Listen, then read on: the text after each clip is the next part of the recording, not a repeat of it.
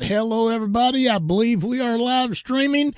It is so good to have everybody with us. Just in case, this is a conversation that we were having before we got started. Yes, Thomas has shaved his beard, so we'll put that in there in case you see him and don't know who that strange person is. So it's good to have everybody with us. I start to say awful good. Can you use awful and good in the same sentence? In Tennessee, you can. In Tennessee, you can. So it's awful good to see everybody tonight and to know that you're listening. Those of you that are joining us tonight by Power Faith Radio, it's so good to have you with us tonight. We heard from the Georgia group. They've got 39, a few more on their way. Haven't heard from the Coffee House group down in Florida, but we're looking for them to text us here in a few minutes. But it's good to have everybody listening through Power Faith Radio. If you're joining us tonight via a Simple Walk Facebook page or B'nai Noach Fellowship Facebook page, we thank you so much. Or you might be watching this recording in the future. We still want to thank you. Please comment, hit that like button, and share those videos with all your social media platform. And of course, it's brought to you tonight by Outreach Noah YouTube channel. You can go there, just type in Outreach Noah on YouTube. It'll take you right over. Subscribe to that channel, hit that notification bell that you'll be notified every time a new video goes up. And if you're watching and you'd like to come on into the Zoom room, the link for the Zoom room and Power Faith Radio and A Simple Walk and B'nai Noach Fellowship and the YouTube channel is provided on those two Facebook pages. Did I get all that out? I think I got all that out. You added a whole lot more and lost me, Well, I got lost too, and I was trying to find my way back. So I found my way back, Terry. It's time for you to greet everybody, and I will get ready for our Tzedakah time. Scotty, about as we would say here in Tennessee, I almost got as lost as a ball in high weeds. Yeah. All right. Greetings, everyone. Glad that everyone could join us tonight. Sorry about last week. We just had one of those nice, modern technology issues. I think in Scotty's area, there's somebody in a vehicle. Did they take out a internet routing station or something? Yeah, and they got that up and going, but I didn't have any our restream. Nothing would it was all updating. So I just it was a mess. It was a mess. Yeah. Isn't technology supposed to help us? Yeah. Yeah. Okay. I just wanted to ask that question to verify that. So I'm wondering if it was the same ones because, here you had someone in your area take out an internet routing station. And like the week before where I work at, the main road there on Brand Road, there was a police chase and somebody in the U-Haul truck decided to take out a pole across from our dealership. And it took out all of our internet, which down at the warehouse, everything's on the internet, our phones, everything. And my job, I can't even print labels for shipping without it. So we were down for a day and a half because somebody decided to take out a pole. So they need to move this stuff away from moving vehicles. Yeah. So, but greetings, everyone. Glad you could join us. We're looking forward to the class tonight. Actually, I feel like it was a blessing in disguise, I guess you can say, from Hashem, because this last week there was some stuff that went on in the news that actually ties amazingly wonderful with our class tonight, and I'm looking forward to bringing this into our discussion. But in our Zoom room, we have, of course, Scotty down at the engineer maintaining the warp core there for us. And Thomas, he's here. We got Amuela. Amuela is our yeoman. She keeps things all typed up. And then we got Ronald, who's also other yeoman sitting there helping Amuela, keeping things going out there in the chat rooms and stuff, and helping y'all get your information to us when you drop questions and things down in the chats for us. We have Bob, welcome tonight. Wendell, again, thank you for coming. And Chrissy, another one of our Australian buddies, all the way from down under. We look forward to y'all in our class. We have Veronica, which she's kind of in between right now, between Washington State and Calgary, Alberta, Canada.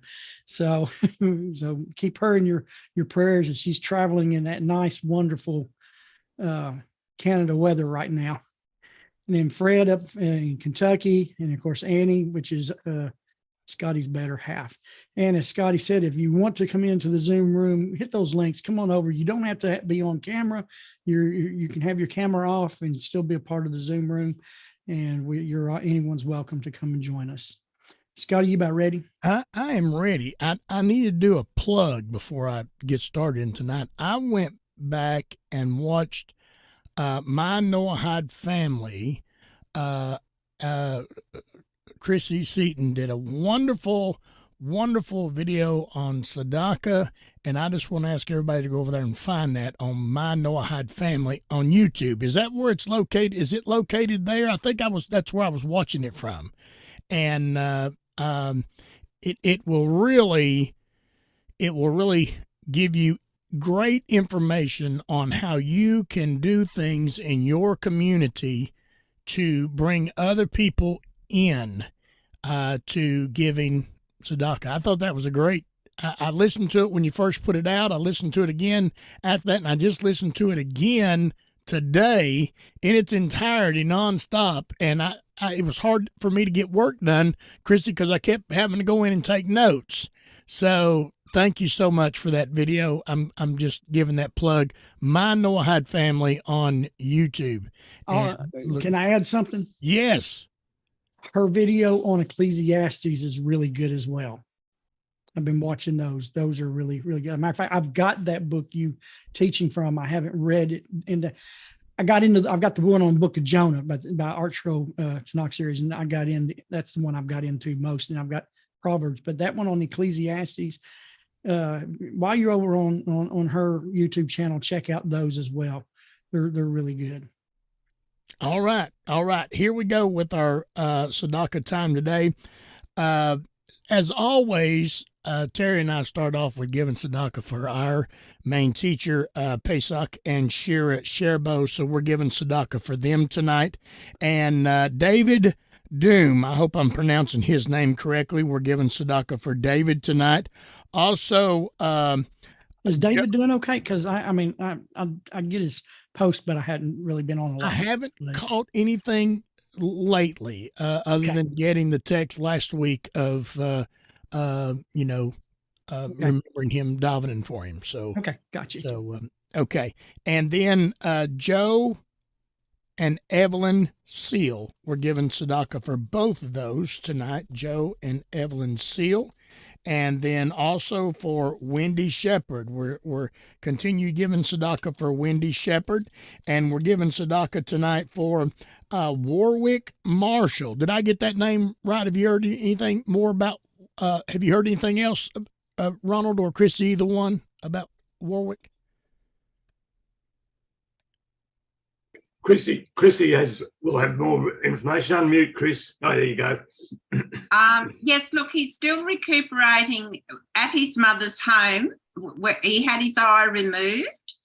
And when he's recovered from that surgery, then he will go back in and have more surgery in a part of his brain.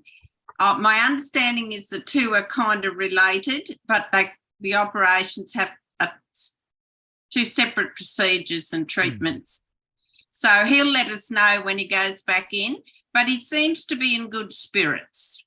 Great. We're going to continue to give tzedakah for Marshall.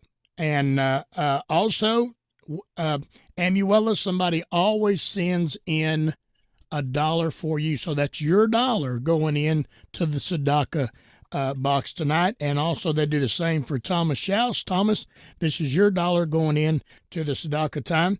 And Mary Parsons, now she's recuperating. How's Mary doing, Wendell? She's doing well. She's doing very well, thanks. Okay. we're going to continue to give tzedakah for Mary, and also Veronica Port. We're giving tzedakah for you tonight, Veronica.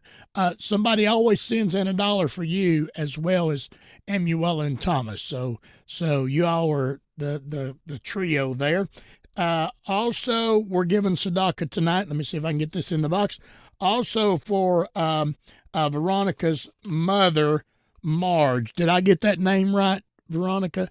We're giving tzedakah for her tonight, and we'll let you know why here just in a few minutes. And also Ronald Dickman. Ronald, how you doing? Are you floating? Well, I'm good at the moment, but a medication I've been on for the last 49 years has become unavailable, and it could be available at the end of the month, but they did this once before and it took another 2 months, and there's no substitute for it. Oh, that's something. That's something. Yeah. Well, we forgot to manufacture that last week, so you'll have to wait till we cook up the line again and start putting them out. So we're going to continue having you on the tzedakah list there, Ronald. Also, we're giving tzedakah for Tina Lyons tonight.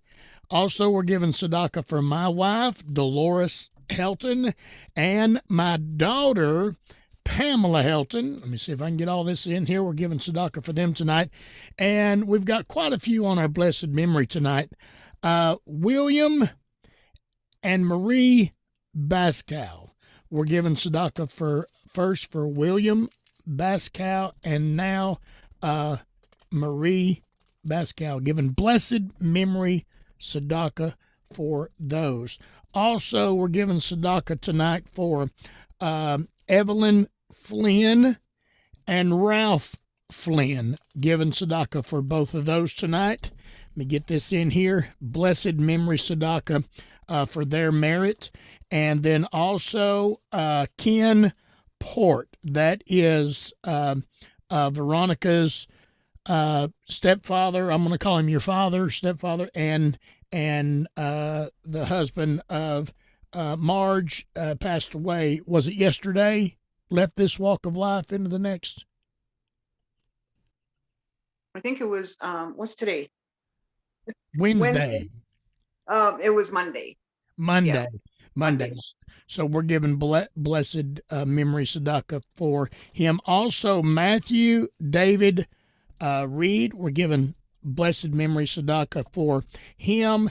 And then Robert Newman, giving blessed tzedakah for him as well tonight. So we're going to do our prayer. If you will help us in this prayer. Hear our voice, Adonai, our God, Father of mercy. Have compassion on us and accept our prayer with compassion and favor. For you are a God who hears prayers and supplications. Our King, do not send us away empty-handed. Favor us and answer us and listen to our prayers. Amen. All right. Terry, are you about to get started?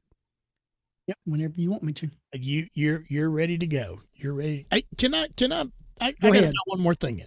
Go ahead. I was debating whether to do this, and I'm gonna throw one more thing in. I met a young lady today who about 4 years ago I had introduced her and her little boy. At the time, the little boy was 8 years old, in tzedakah. They worked at a little restaurant that I frequented at that time for lunch, and we kindly introduced them to the concept of giving $1 a day to tzedakah, to a charity box, and especially her son just picked up on it greatly. And so her life was in a shambles. She was having such a rough time. Every time she turned around, something would happen. We all know how that is, the drama times in our life. And but she started giving $1 a day. She would look for a charity box. Then she got a charity box in her house. and she started putting, and just now, Chrissy discusses this on her video of tzedakah. And so her and her son both, what I introduced to them was after their supper at night, be thankful for the meal and then give tzedakah into a tzedakah box there at home if they didn't find one that day, remembering those that don't have it to give. And I got some great news yesterday. This young lady went to school, has become a local police officer, and is now going up in ranks, and is going to be one of, she told me what she was going to be. I can't remember what the officials are. A detective. She is moving up, and she's going to be a detective. And they're buying a home. She said everything has just turned around, and that my son, every morning, he makes sure he has $1 when he leaves the house. He hunts a charity box. And if they get home and both of them have their $1 for the day and they weren't able to deliver it anywhere, when they're eating their meal, their supper time meal, they give blessing for that meal, and they remember someone who doesn't have it to give. And they take that money once a month and give it to a local food bank that is here. That's non-political, non-religious. It's just a local food bank. But I saw her yesterday, and she said, I just have to tell you, our lives have changed. And I give all the praise to Hashem. She knows how I believe. She said, I give all the praise to him. Thank you for teaching us about giving charity. So I just throw that in. All right, Terry. Well, I think that was the message. No. That's just a little. I mean, how do you follow that? You're going to. Oh, Scotty, you do a lot of awesome work up there. I'm putting a plug for Scotty. Scotty, actually, myself, born and raised around, biblical stuff all my life, heard many messages, read many of, I've learned more about giving in the years I've known Scotty than the 50 years before. He's a really good teacher in that area, and he's not just teaches it; it's his heart. It really is. And Thomas can witness this as well. We've been to restaurants. I've seen it with my own eyes, and he's just not speaking it, preaching it. He lives it. And so that's one of the reasons why he's taught me so much, because I've seen it in action. And if I've got questions about it, I contact him. So thank you for that story, Scotty. Baruch Hashem. Yes. Okay. All right. Tonight, we got to get it off Scotty. Scotty, he's going to jack the engine room up, throw me across the bridge here in a minute. All righty. I'm now putting you on speaker view. Okay, tonight we're going to go into the Prohibition of Murder, Part 2, Petty Theft, what we were going to discuss last night or last week. Petty theft. I went on to a legal website and got some information on. Can you hear me okay, Scotty? I can't know if I got my mic just right tonight or not. Scotty told me one night I was broken. He couldn't hear me. I went to a legal website and looked up, actually on several legal websites, on the issue of petty theft. Now, this is according to the United States, and it also varies here in the United States from state to state that they set the variances in here. But here's the definition of petty theft. In this particular site, it says, if you have ever visited a local dollar store or something similar to that in your in your native lands, wherever you're at, if you've ever visited a local dollar store, you'll know one thing for sure. Everything on the shelves will be in low value. Like we used to have a place here called the Dollar Tree. Now it's like the $1.25 tree because of the inflation. And that's not a joke. They really did that. Everything in that store was $1. But now it's because of inflation. It's changed with everything that's happened over the last couple of years. But being said, everything is a low value, anything from books to kitchenwares, like, and scissors and spoons and things like that. The variety is quite deep. Like I said, there's all kinds of variety in these dollar stores. But the value of each item for sale is low. In many ways, the dollar store is defined by the low value of the items it sells. Petty theft is similar. The definition of petty theft is an example of a theft crime that is based on or defined by the low value of the property that has been stolen.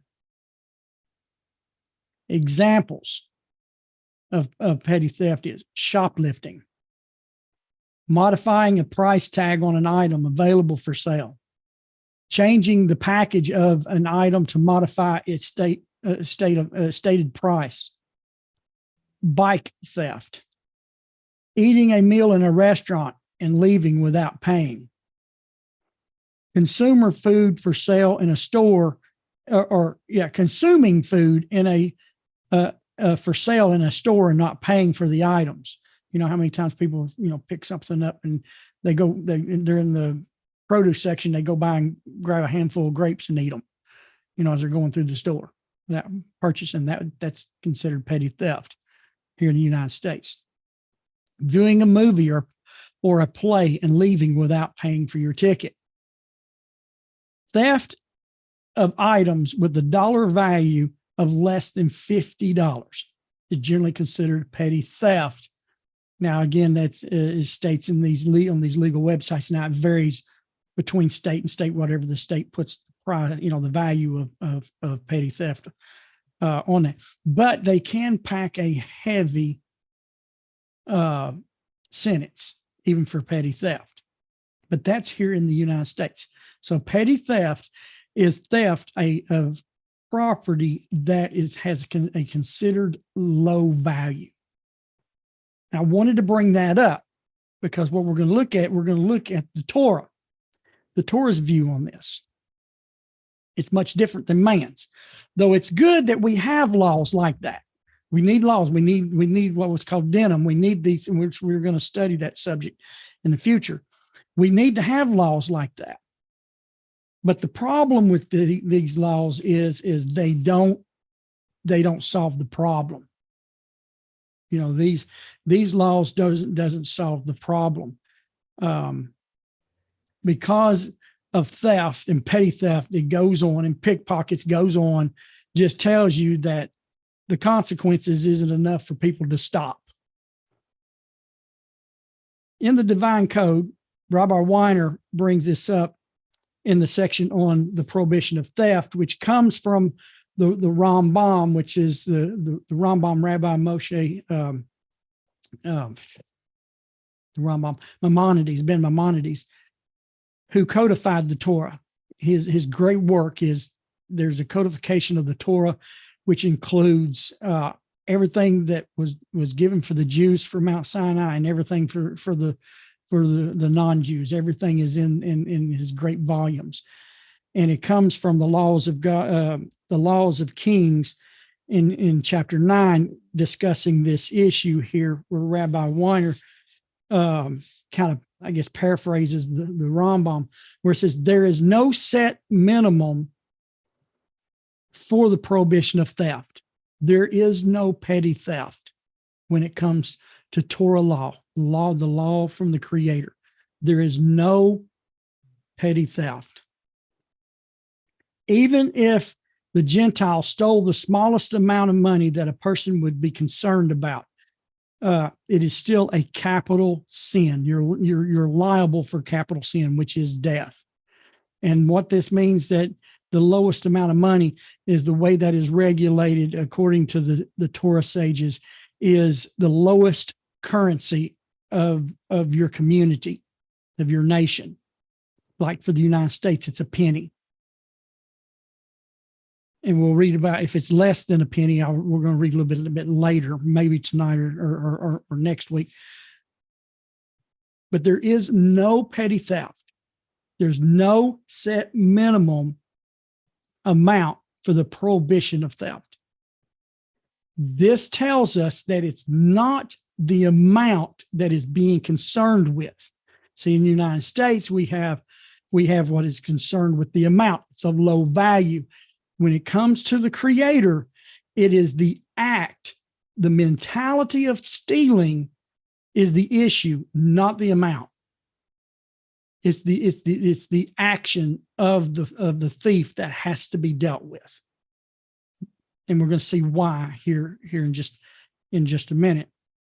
Now, where do we get this in the Torah? And I've mentioned this before.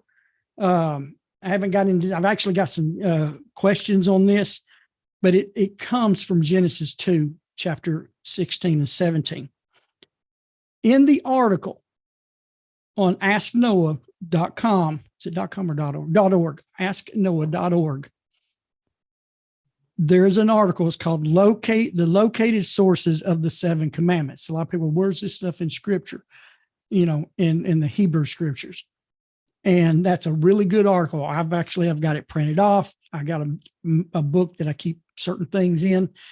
And this was one of the very first things that I copied off when I first started studying these. And it gives you, and actually I've got handwritten in areas as I've studied. I've learned other areas of the Torah where it mentions it as well, and hand wrote some things in with this. So I like copying things like this or printing it off and keeping it where I can make my notes on it.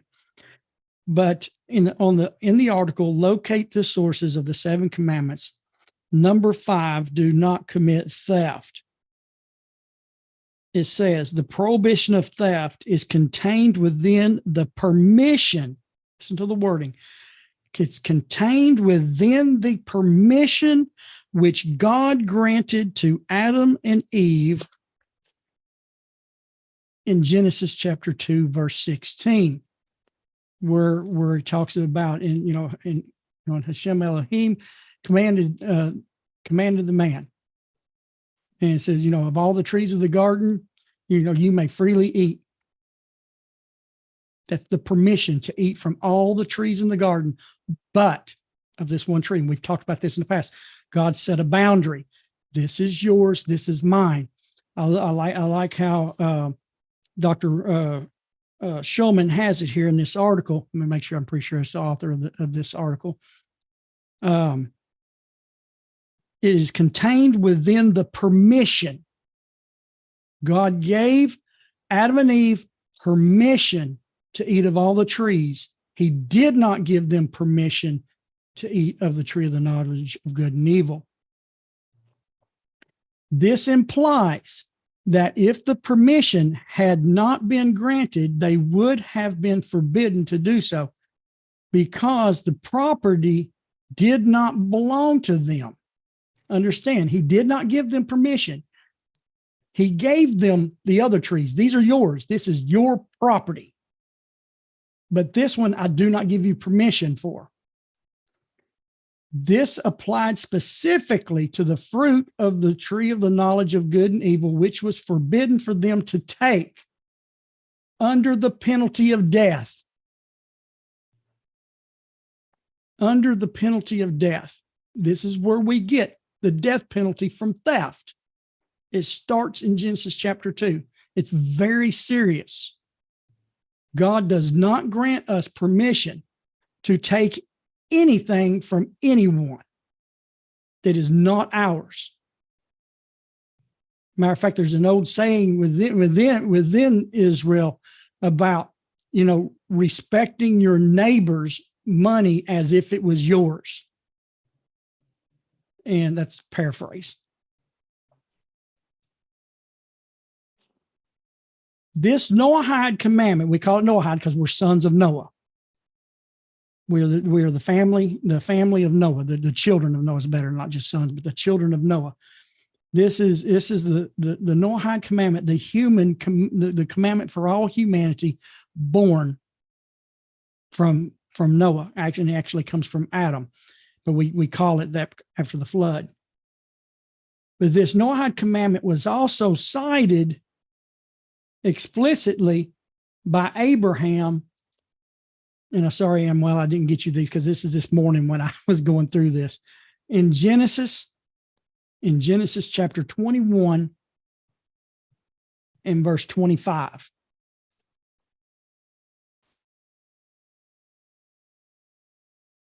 In Genesis chapter 21, verse 25, it says, "Then Abraham disputed with Abimelech regarding the well of water that Abimelech's servants had seized from him." The Torah sages teach us about this verse. It says, Abraham disputed with Amalek. Although the peace-loving Abraham agreed to enter into the alliance, he seized the opportunity to state a grievance regarding a disputed well. For as the Midrash, one of the Jewish writings, notes, reproof leaders to peace, for such was the case with Abraham. It was such the case with Abraham. Say so explicitly, it appears that, wait a minute, I jumped too far. Okay. So says Abraham. First, Abraham reprimanded Abimelech. Then the two of them made a treaty. However, the translation disputed follows Rashi's, who explains the meaning of dispute, indicating they got into a misunderstanding of this issue. They got into a misunderstanding. However, Midrash says most of the Torah teachers and scholars do understand the phrase that is more familiar, since Abraham reprimanded Abimelech for this regarding the well of water.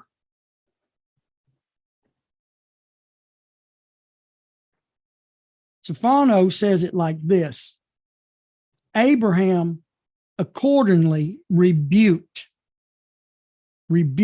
Abimelech for tolerating flagrant violence in his country, and also for harboring such wicked people in his household.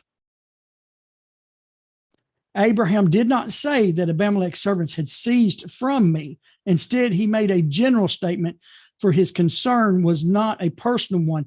He uttered his displeasure of the lack of the fear of God, that the very God of whom Abimelech wished Abraham to take an oath would allow such violence to prevail in the land. So he was reprimanding the king for allowing his servants to steal, to seize something that wasn't theirs. And I thought that was interesting when talking about Abraham bringing up this whole issue of theft. And so we have here that in the Torah law, that there is no minimum amount. There is no petty theft in God's government. The act is dealt with. And it's important.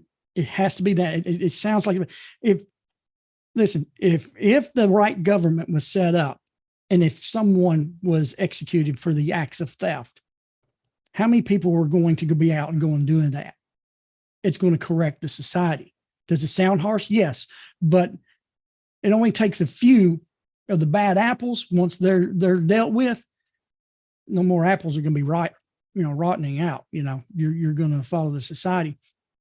There's a life example of that my dad told me about.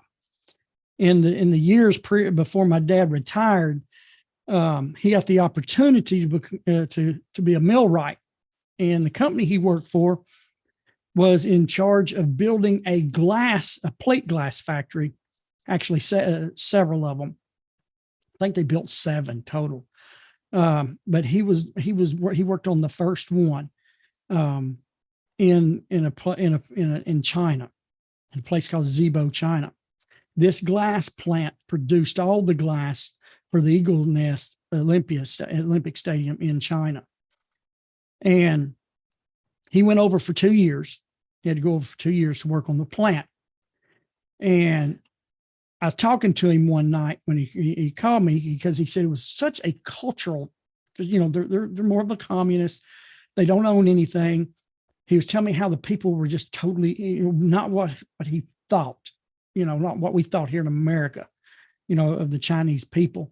He found most of them a very delight, made some very good friends while he was there. One of the things he said, there was no theft. Now, before he went and bought him a book, got the map out, had these little roads, had this little big black dot, and he goes, oh, wow, it must be a crossroads town, like what we would have here in America. When you have a little bitty dot and a bunch of little bitty lines, it's just a crossroads town. You can blink and drive through it. He got there, and there was a city of over 5 million people. It's a crossroads town in China. But he said there was no theft. He said there was thousands of bicycles parked everywhere. Everybody rode bikes, not a chain on one of them. You knew which one was yours and you took it. He said during the time he was there, well, the typhoon or storms, whatever you call it over there, come in and it flooded the first floor. They were in a 5-star hotel, but it flooded the first floor. And there was 4 Americans, 2 Scottish and 2 Scottishmen that was in their group, and they were all signed, hundreds of workers, Chinese workers under them. And one of the guys, one of the Americans, he took some of his money. He had $400 that he put under a mattress just to save. Well, his room got flooded, and they moved him up to the next floor. And when the people come in to clean the water out and to take out all the wet beds and, you know, furniture, they found that $400. And the cleaning lady brought it to the room where this man was moved to. So nobody thought anything about it. But he said he learned really quick. Why so? He said he came back. They sent him back home for a period of time, and then they come back. So they, you know, protect the home from a little bit from being gone so long. When they got back, there was a article, front page article on the newspaper of the town for the city that they lived in or was working in. He said there was 5 guys that was charged with embezzling. They were like businessmen way up in some kind of Chinese company, and they were charged for embezzling some money. They were brought before the judge, a judge and not a jury. The case was brought. The judge found that they were guilty of embezzlement. They took them out in front of the courthouse and cut their heads off. Public. Pictures in the paper. You know what? That tells a community you may not want to steal from the Chinese businesses and government. But technically, they followed Torah law. They were found guilty of theft. And it was dealt with. And so I know that seems harsh, but let's look at an example here. The reason why it needs to be so.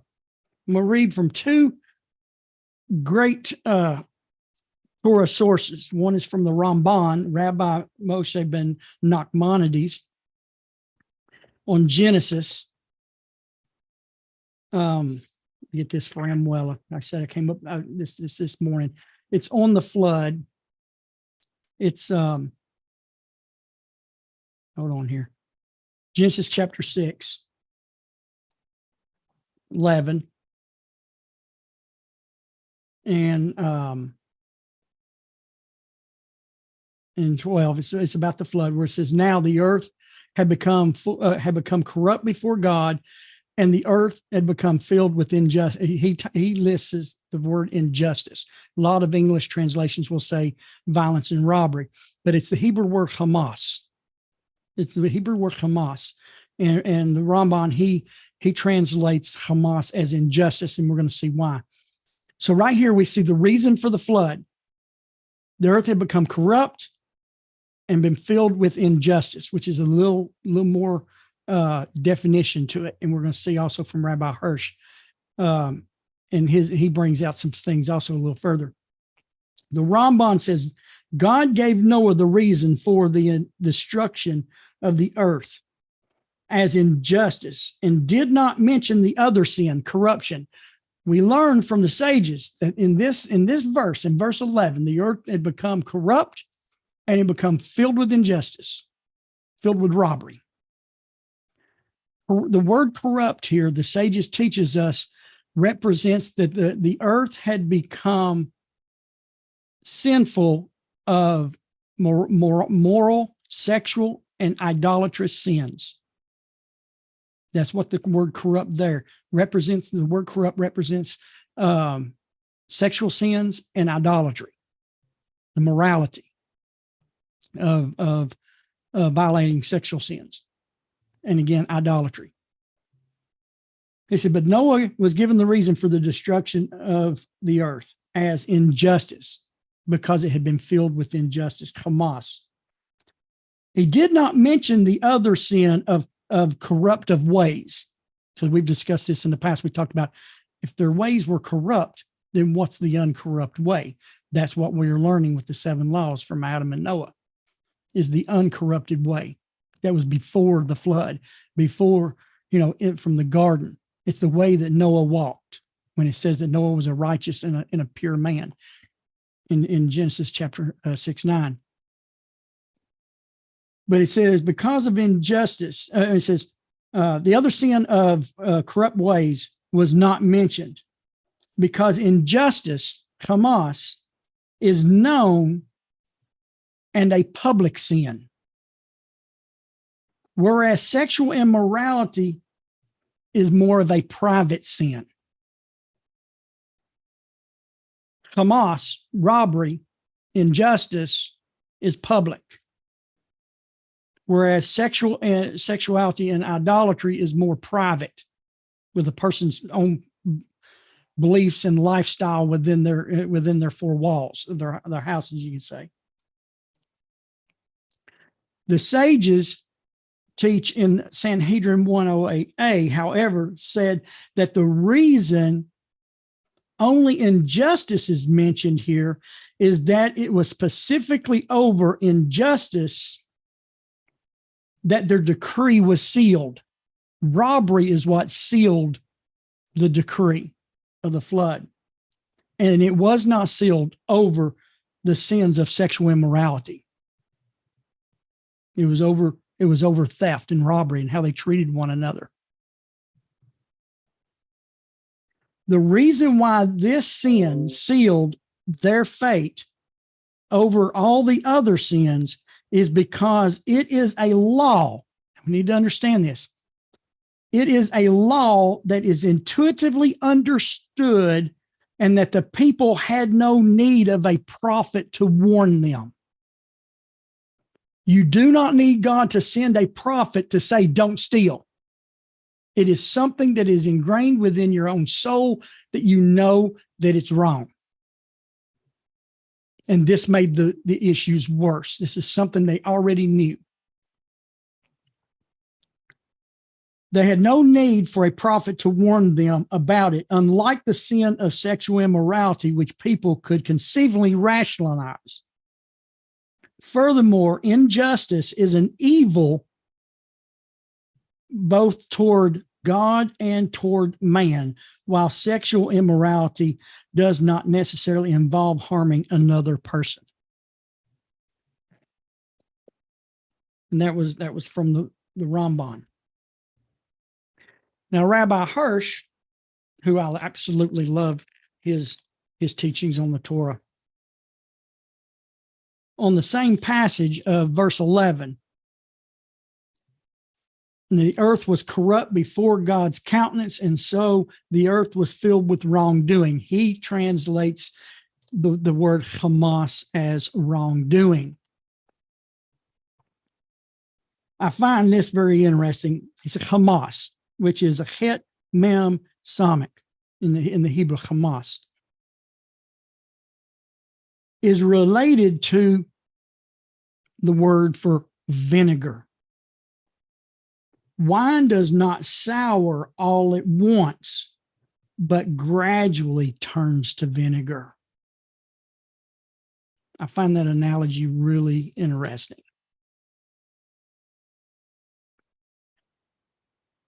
Rabbi Hirsh goes on and says, now our verse says, and the earth was corrupt before the countenance of God. And so the earth was filled with wrongdoing of Hamas. First came moral corruption. Get this. Before the flood, there was a system of deprivation of the earth. The first came moral corruption. Sins about which civic society is not concerned. Does that sound familiar today? People think that even if the young are desolate and married life has deteriorated, trade and commerce can still flourish and business relationships can proceed honestly.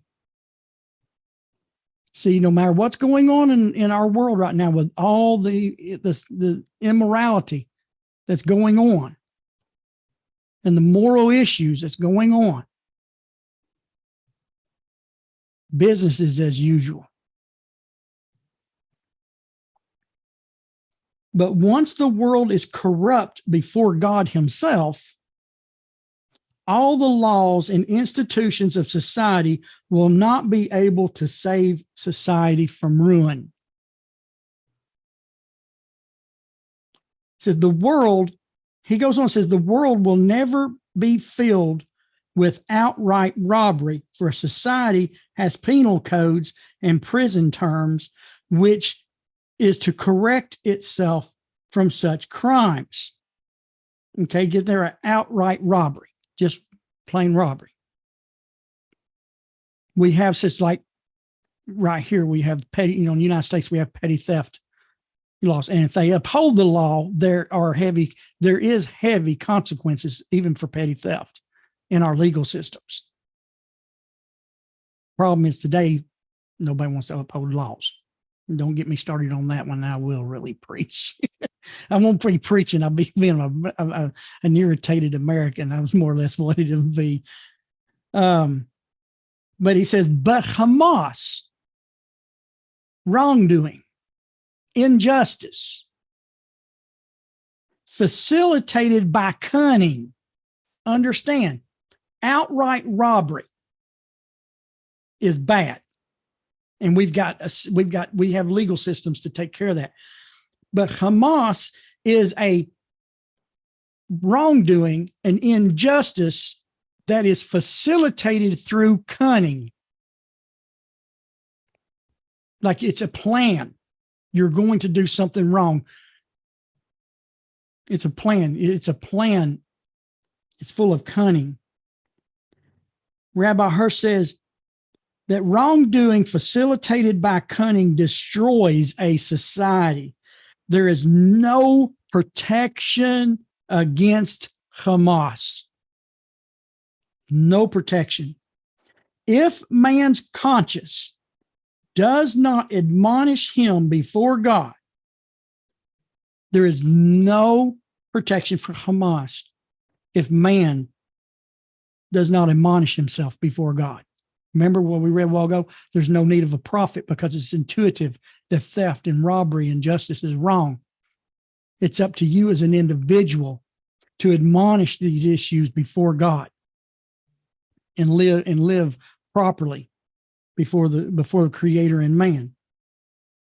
He says moral corruption destroys the conscience. Moral corruption destroys the conscience, and thereupon the welfare of the society is destroyed also.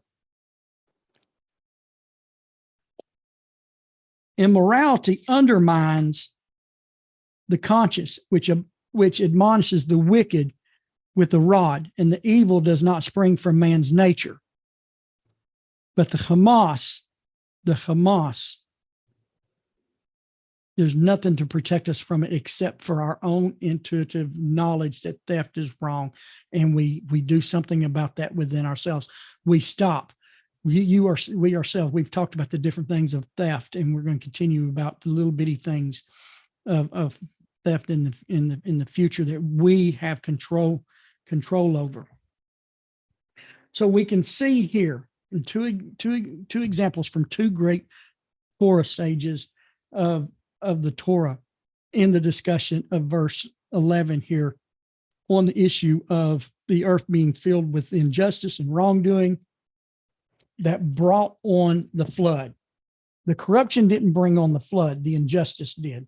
The Hamas, the violent robbery, the one that was done with cunning, the one that, embezzlement, that's a cunning.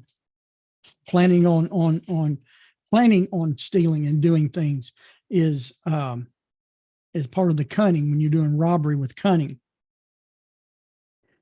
And bringing this to a close tonight, I wanted to bring an example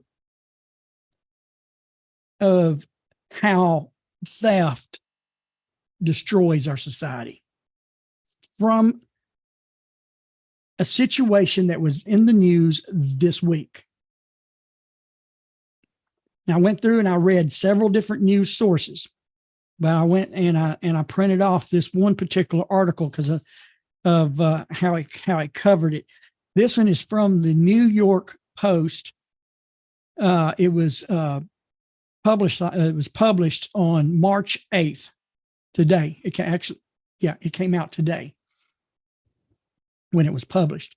It says Walmart to close remaining Portland stores as crime-ridden city battles shoplifting by wave. This article is by Thomas Barrabi of the New York Post. It says Walmart will close its last 2 stores in crime-plagued Portland, Oregon, as the city contends with the relentless wave of shoplifting that has hammered retailers.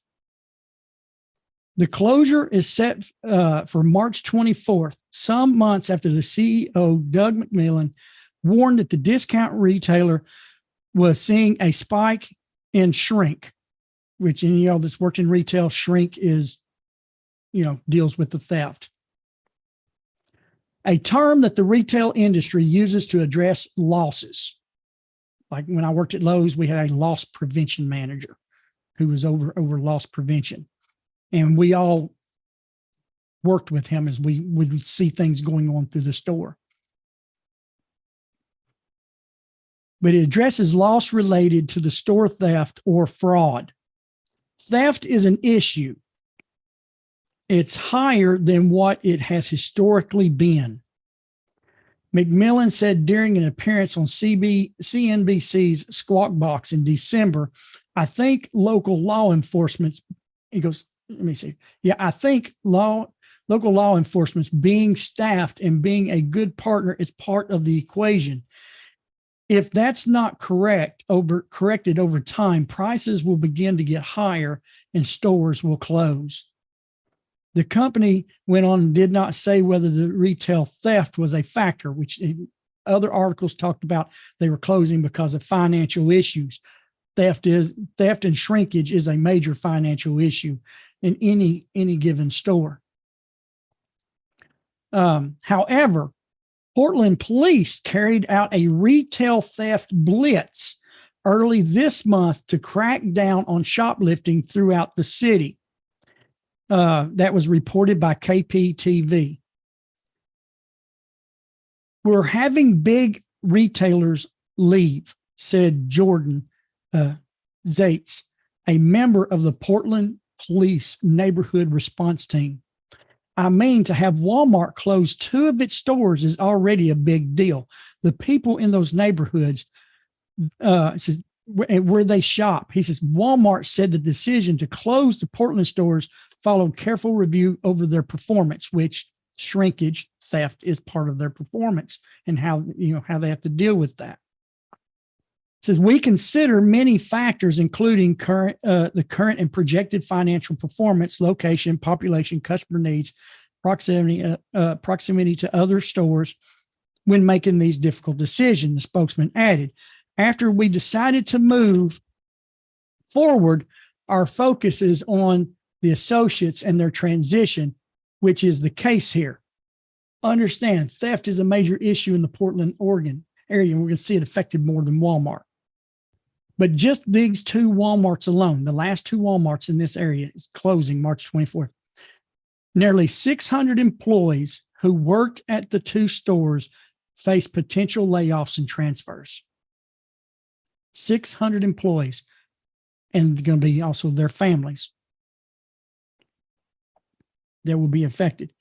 As of last year, Walmart had 4,720 stores in the U.S. and 10,586 locations around the world. Other major retailers, the article continues, other major retailers with stores based in Portland have experienced issues with shoplifting. Last month, Nike asked city officials for permission to post off-duty police officers at Portland-based stores with the authority to arrest shoplifters. The local Oregonian newspaper reported. One of Nike's stores in Northeast Portland has reportedly been mostly closed for months due to the rise of theft. They've been closed because of the rise of theft. Last October, local news outlets KGW reported that it witnessed shoplifting incidents at Nike, Home Depot, and Target. Jeremy Gillard of the Oregon Retail Crime Association told the outlet that shoplifting has reached a crisis level in Portland. He estimates that the worst affected stores were losing as much as $5 million per year because of theft alone. What do we read? Theft destroys a society. It was theft, injustice, and wrongdoing that sealed the issue of the flood. This is why it's important for us as the non-Jewish people, the non-Jewish children of Noah, to grasp these commandments. It's not about religion. It's not about religion. It's about how we live our life as human beings. It's not about running around thinking, so somebody's going to cut our head off. If you're living a godly life, a law-abiding life, the penalties doesn't affect you. If you're not speeding down the road, you don't have to worry about a speeding ticket. We have to begin to grasp, and it's what we looked at first, the act of theft. It's not the amount. There is no amount with the Creator when it comes to theft. With the first couple, it was a piece of fruit that didn't belong to them. So it's not about the amount. It's not about the object. It's about the mentality of theft that's in each one of us, that we're all tempted with it. We're all tempted, even though we know we don't steal. We know, well, we don't steal, but we're all tempted. We're all tempted. Doesn't matter what it is. I mean, we're always tempted. My printer was acting up this week, and for some reason I had to change some ink and wasn't acting up right. And I wanted these articles printed. You know what? That the evil inclination was telling me, I've got a printer on my desk at work. I got a computer sitting right there, just printed off at work. I print an article off at work about theft, and I just stole from the company. Doesn't make sense, does it? But it doesn't stop the temptation. None of us are not,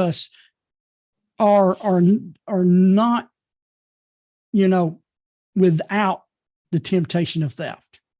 It's there for a reason, because it was the sin. Yes, they were told not to eat, but they wouldn't have eaten that in the garden if they hadn't stole it first. If they had left it alone, eating wouldn't have been an issue. But because they ate it and death was pronounced as the reason for it was because they had stolen something. It's the act. Now, what's interesting, I was talking to Scotty this week. What is interesting, the same thing goes with tzedakah. It's not the amount that you give in charity. It's the act that brings the blessing. What did he tell us at the beginning of class? That this mother and this son took $1 each. And just by taking that little bitty amount and applying the act of really wanting to help someone else out, no matter what it was, with that $1, she now has a job, going to be a detective in a police force, going to be buying a house by starting with the act of giving, not the amount. And the same thing is with theft.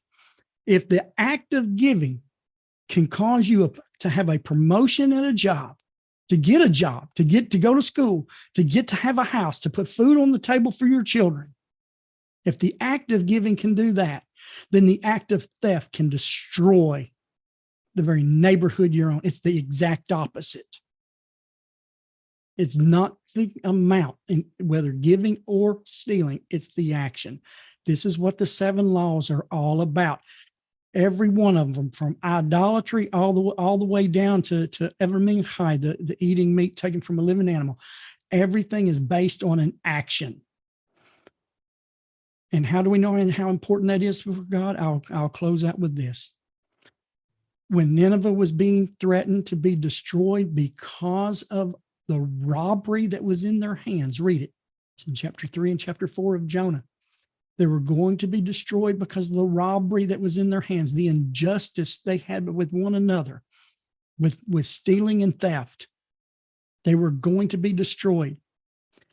They changed it. The king said, put away, repent of the sin, put away the robbery which is in your hands. God didn't say that, the king did. So that again goes back to what the RAMBAN says. It's intuitive that it's in you already.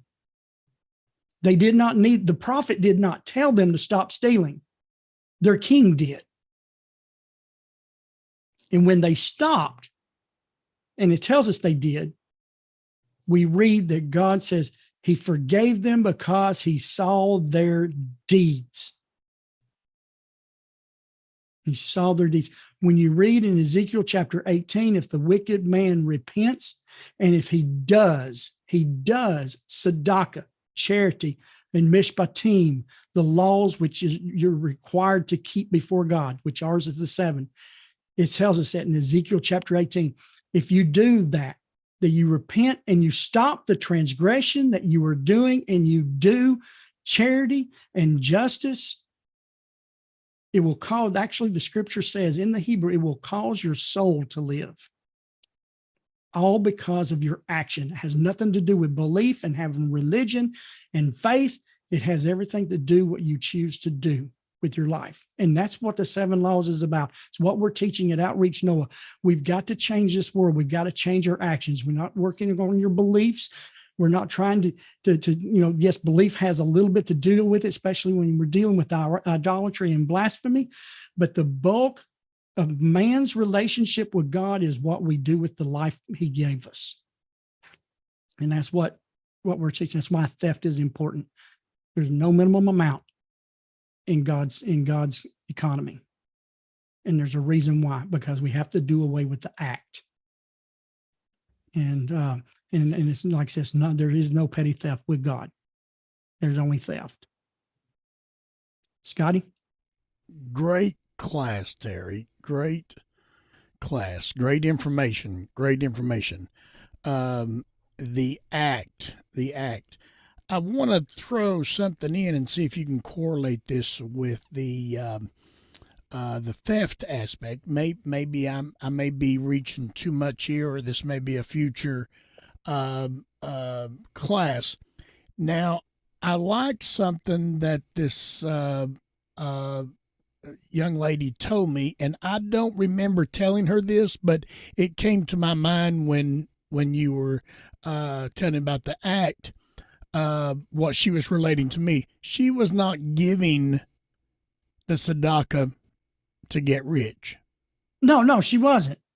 And she wasn't giving it to receive. She was giving it in mindset of the people who were less fortunate than herself, who did not have what they had. Right. Does that correlate with the theft thing, or am I just reaching somewhere? Well, let me give you another personal example that I witnessed myself as I was privy to this conversation. When I worked in the heat and air business, one of our salesmen, who was kind of a cocky young guy, he was listening to some preacher, and this preacher was teaching on giving as an investment. And so he looked at, even this guy was, oh man, I just learned, man, if you really want a good investment, you'll give to, this, and you'll give to that and all this, and you're going to get all this, 100-fold return. Let me share you something with you. This is a hard thing I read in one of the Jewish writings. Upset me. I read this back in about 2000, probably 6 or so. A Jewish friend of mine that I met, and I started learning, studying Torah under him. And I was at his house. I was waiting on him. We was going somewhere, and I grabbed one of his books down, which no, I don't have that one. It's not really for us, but it's one of the ancient writings, what I call the ancient writings of Israel, by one of their great rabbis, the Rabbi. When I first read this, it made me mad. But I want you to think about this. The charity of the Gentiles is evil. Bob knows exactly what I'm talking about. I see him grinning. That will make you mad. But before I knew any of what we've been teaching and talking on tonight, I was driving down the road and I was thinking about that days after I had read that. It made me mad. What are you talking about? And then I got to thinking about things that upset me, like people paying tithes so they can get a tax receipt. That's an investment. That's a return. If you're giving for a return in any form, it's not giving. It's idolatry. It's actually a form of idolatry. And see, this lady wasn't giving for a return. Scotty taught her. See, what tzedakah is different. Tzedakah is the Hebrew word. It's translated as charity. English stinks. Yes, it contains charity within that word, but tzedakah means taking that which is the Creator's and putting it where it belongs. Not for yourself, not for a reward. If you observe the commandments for a reward, it's idolatry, because you're worshiping the reward and not the Creator. We have to do it for the sake of God. If you do anything, whether it's giving or observance of any of His commandments, for any form of reward, then you are not observing the commandment correctly. It's a form of idolatry, because you're serving the commandment, you're serving God for the sake of what you can get out of it. And that's not the purpose. The purpose is to live a wholesome life. And that's why we don't steal. When we don't steal, we first don't steal because God said not to. But that is very quickly backed up that we do not steal because He has told us not to, and that's the way we want to live. This is not what God wants me to live. He doesn't want me to live like that. And so therefore if I'm going to serve God, I want to live how He wants me to live. And so that's even in giving. And so the story of this young lady wasn't about receiving a reward. She learned to give. And giving for the sake of giving and not reward is just like not stealing. It's not the amount, it's the action. Everything. God saw their deeds and He forgave them. And God sees our deeds. He sees if we are giving for reward, serving Him for reward, or we're doing it for the sake of that it's to give, to share life. And that's what he wants us to do. He says, he told Adam and Eve, to multiply and to prosper. And this lady, by giving with the right attitude, she prospered. If you think about it.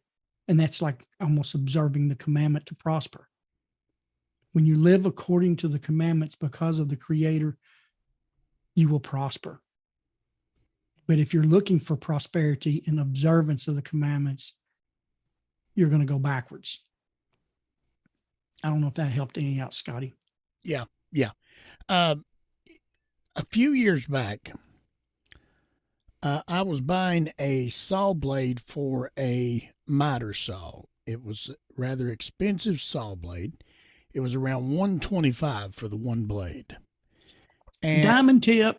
Yeah, it was expensive. And these blades are covered with an oil when you buy them new. And at this time, they weren't in any kind of packaging. They were just hanging on the wall. And I picked one up and I paid for it.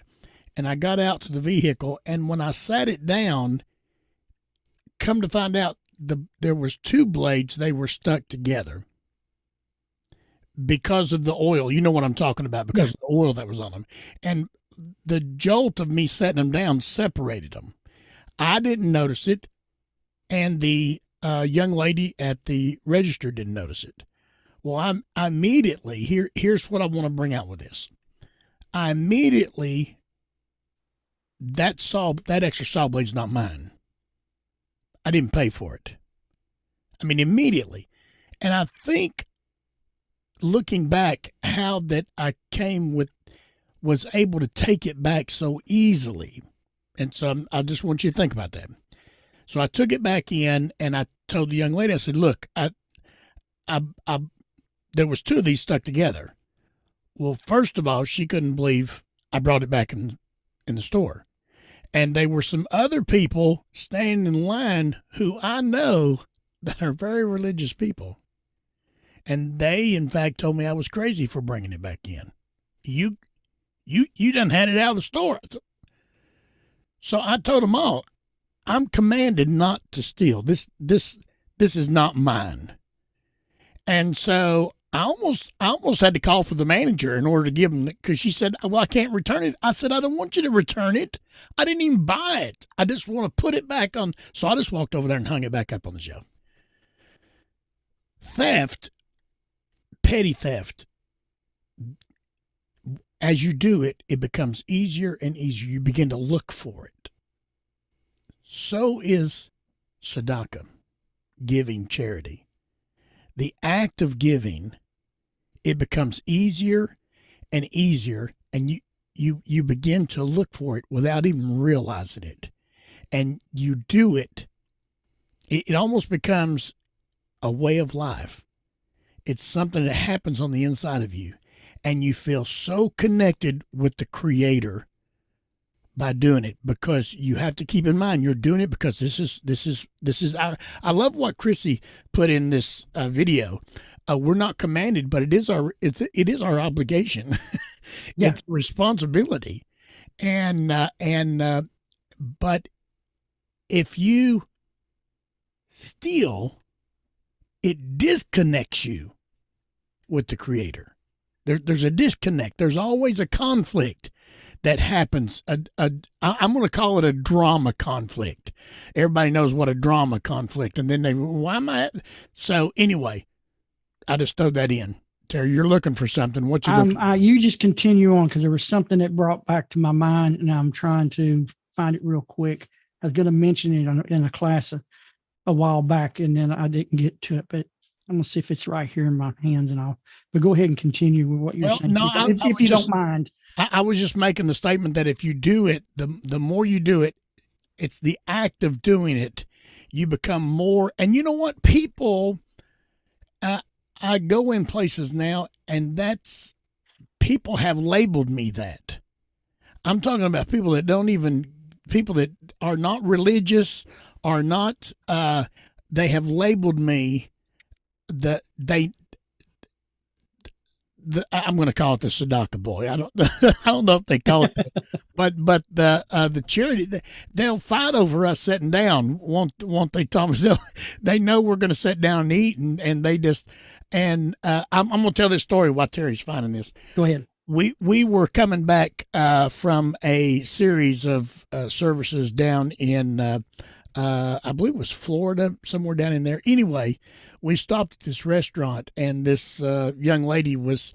I love what Christy said on this video. You got to go watch this video on Sadaka in my Noahide family, because she talked about even the act of a smile and holding the door for somebody, can change somebody's attitude in life.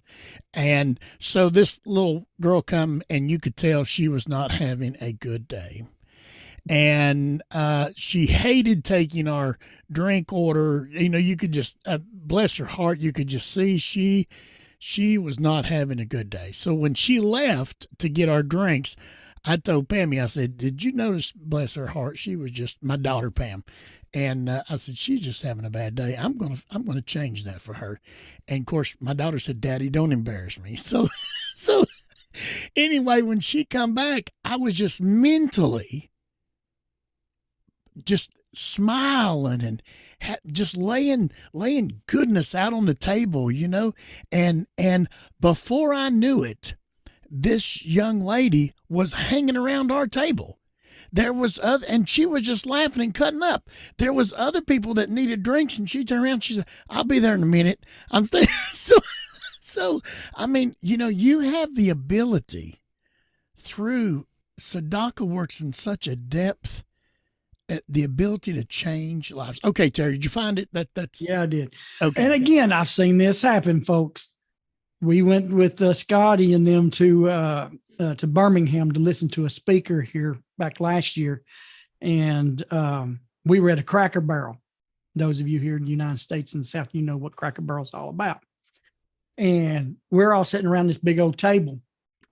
And the server comes up, and we're doing all, we done our eating. She's really, really cool server. And as usual, at the end, Scotty grabs the server's hand and says, do you know what a Sadaka box is, a charity box? He goes, what's that? And so he begins to explain Sadaka to her, and he's putting money. He says, I'm not giving, this is not your tip. Matter of fact, here's your tip. But take this $1 or $5, whatever it was, find a charity box and give to help somebody out. That lady kept hanging around our table until we walked out the door. Like I said, he's not blowing smoke, guys. When he knows charity, he knows what it does and how it works. And if you got any questions, I'm gonna put him on spot. Feel free to contact him. Okay, all righty. Read your book. I'm gonna bring this to a close. This is bounced off of a little bit about what you were talking about, Scotty. And I was going to bring it up, I think, during the time when we were discussing murder, because of it deals actually with murder, but it deals with everything. It deals with Cain in Genesis chapter 4, verse 9. And I just come to my mind. I remembered this. And God said to Cain, where is Abel, your brother? And he replied, I don't know. Am I my brother's keeper? Rabbi Hirsh discusses this passage so wonderfully. See, God's question, where is Abel, your brother? And Cain's answer reflected a depravity of the murder and directed a warning. And we can apply this to murder, theft. Whatever you do to your neighbor is wrong. Whatever action you do to your fellow, whether it's your kinfolk or your neighbor or someone driving down the road. It's the depravity of murder and a direct warning at all parties to a quarrel. Each one must know where the other one is. God's question would have been justified even if nothing had happened. And then comes the answer from Cain. I do not know. Am I my brother's keeper? Cain regards this as a legitimate excuse. Do I keep up with him? It's not his task to look after his brother. That's Cain's thing. Am I my brother's keeper? It's his excuse. It's not his task to look after his brother. He is busy enough attending to his own affairs.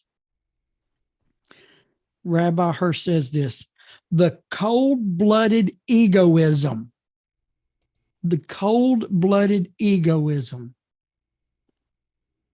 expressed in this answer serves as a warning. Whoever does not care about his fellow man, theft, murder, sexual immorality, regardless of what it is, if you do not care about his fellow man, whoever adopts the motto, every man for himself, is not far from the hatred that impels a man to murder, even the one closest to him, when he feels that the latter stands in his way. When you do not care for your brother enough that you would go and steal his property, or you murder him because he's more blessed than you, if you think he's more blessed.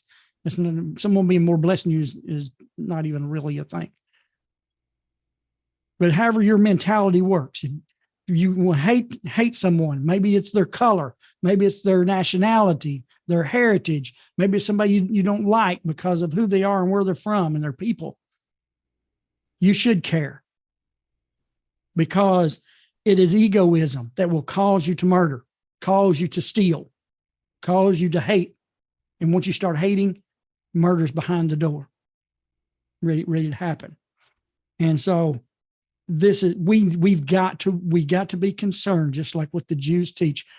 Let your fellow's money, be concerned with your fellow's money as much as you are about yours.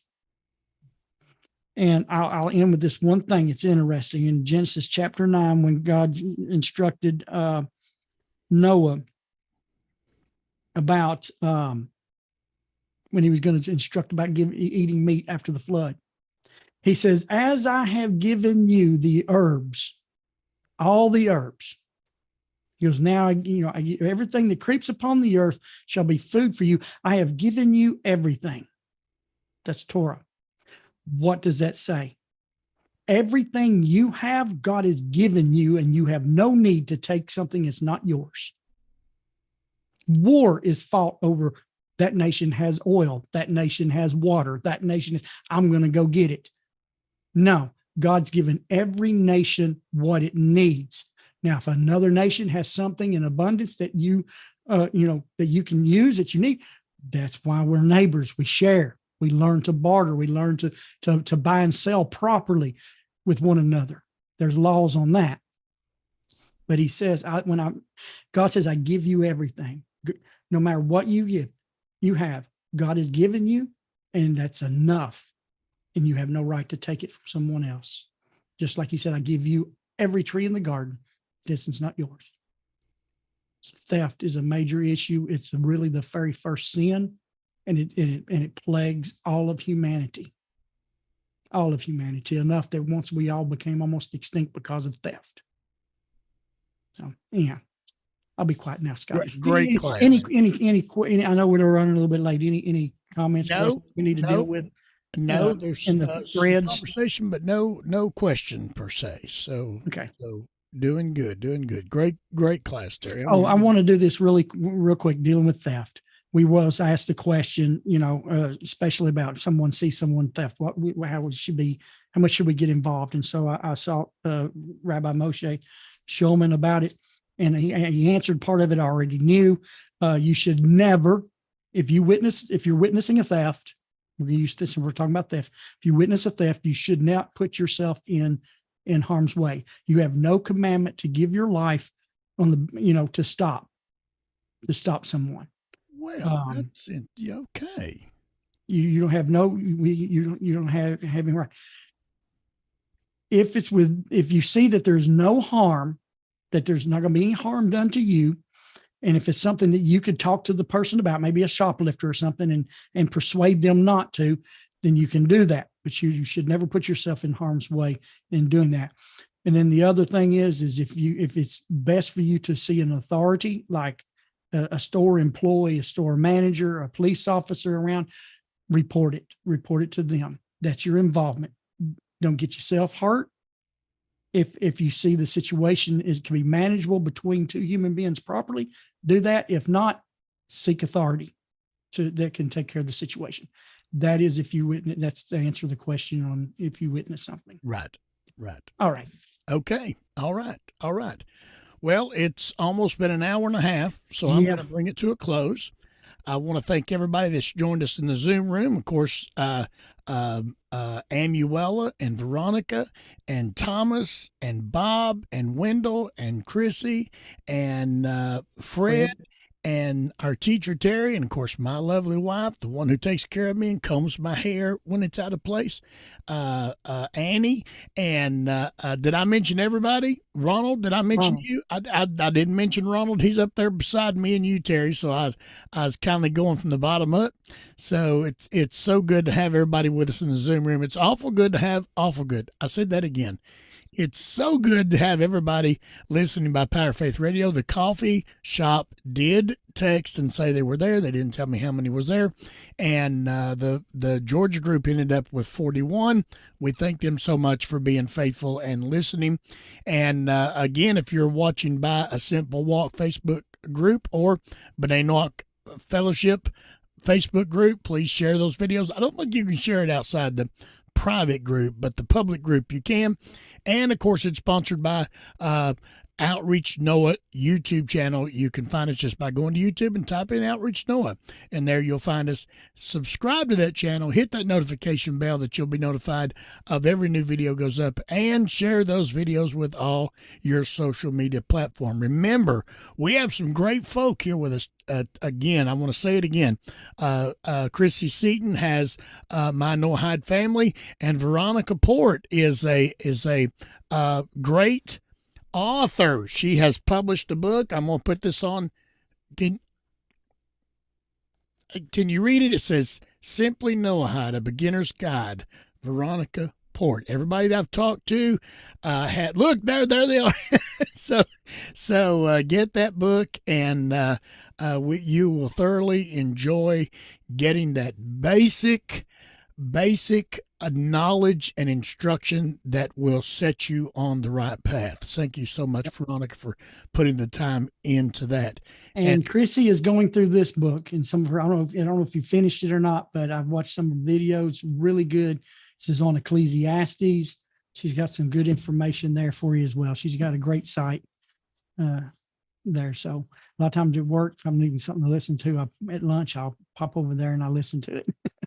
I put in rabbis, and I put in different teachings during the day. And my issue I have is I have to take notes. So I have to listen to it 4 or 5 times. So on my break, I'll go back and try to find what I was listening to when I was working. And that's hard to do, because, so anyway, I'm so thankful that I can work on a job and do that, and they allow me to listen and gain knowledge. In fact, they push me to it. So I really appreciate. I'm blessed with my job that I have. So we're going to come to a close tonight. Remember what? I said yes. Yes. Okay.